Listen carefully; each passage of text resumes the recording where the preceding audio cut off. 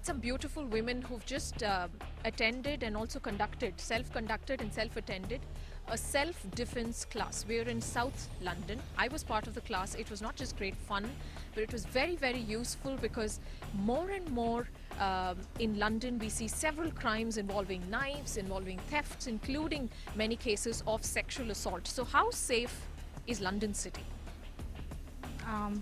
I feel it's quite unsafe, to be honest, and I still worry, like, when I have to cross, pass through some roads which are like quite Quiet and like dark. quiet and dark. So Yeah. so it does, feel that I need to be more safe, and so that's why I found this course to be very helpful. Very helpful. So Aditi was one volunteer who was in fact showing several tips, and she also happens to be from Delhi. Both of them are from Delhi city. So is that the natural instinct, the feeling of self-defense? Yes, I know. Yeah, because that's been learned over the years. Because there was a time when I was in college, and I used to be kind of get very intimidated by these people who would just eve teasing, and everything is so common in Delhi. So it was always that we had to face this on daily basis. And over time we learned to use our elbow, to use our heels, to do something to kind of hurt those people who are trying to kind of And buy yourself time to think and to probably even run away. Do you feel a lot more confident after this half hour? Yeah, I feel a lot more confident, and especially I came here means to learn for myself as well as for my daughter.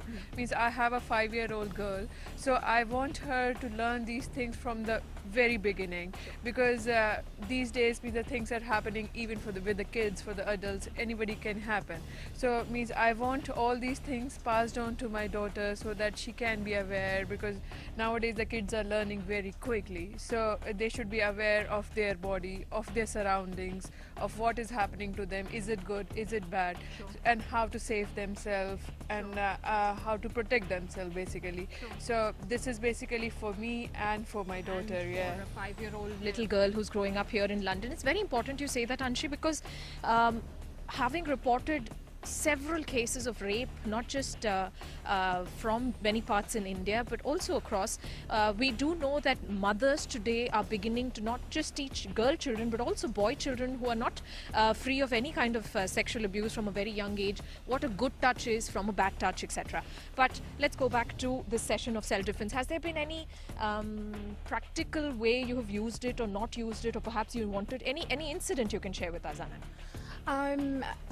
Unfortunately, I don't have any particular incident to share it. But fortunately, actually. Fortunately, yes, yeah, fortunately, I don't have any incident as such. But yeah, on day-to-day life, we see or hear a lot of things which has been happening around.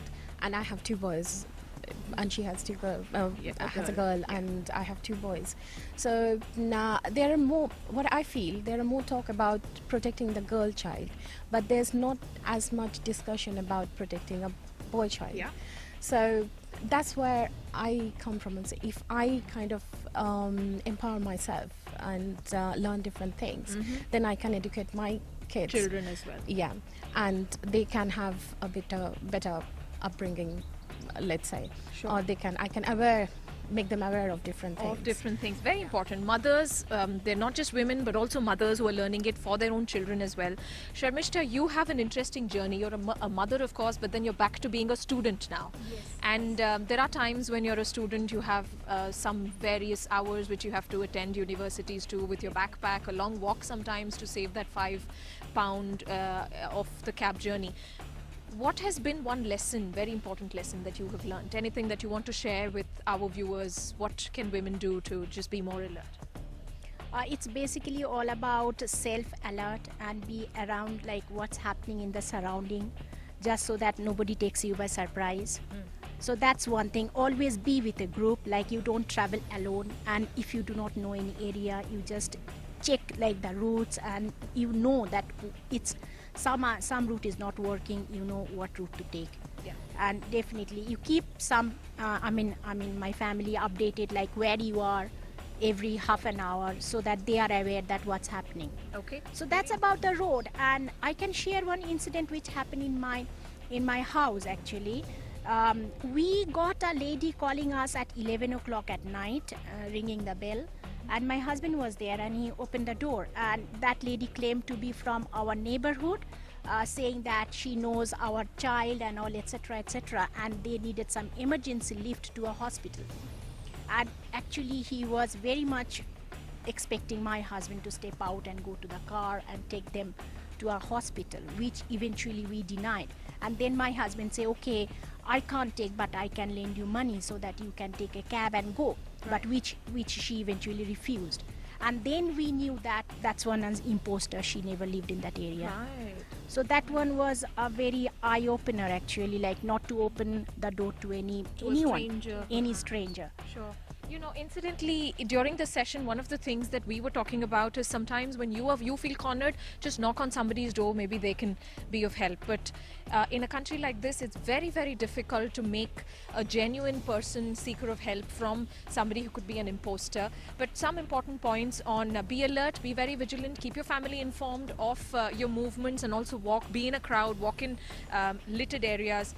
But Aditi, what are 4 important things you will tell to any woman who's living in the UK watching this on just how to be self-aware and use the things that you may have on you always, for example, maybe a pen, a lipstick, a handbag as your weapons? So women has like a very interesting weapon, which is like her heels. So she can always use her heels, her fingernails, or her pens, so anything that we have on us which is which has some pokey sharpened edges or stuff, they can be of help. So if you're wearing heels, if you have a pen on you, if you have your keychains, keys, and your fingers, so that's your weapon again. So you can use that because you have the perpetrator's eyes are quite sensitive, so you can always attack and grow, and we know. So all of us know. So so we have to aim that. Sure. Aim for it. But then remember to be alert. Remember there are those vulnerable points for your attacker as well. So the big point, I guess, is to use your presence of mind. Don't freeze. Think fast. And also, one important lesson that I learned after this was that the elbow apparently is the strongest part for any woman or a person in his body. So use that to attack the person, attack his psyche at least. Just that will give you that enough few seconds to run away or at least call for help. Thank you very much for this very enlightening session indeed. Thank you, ladies.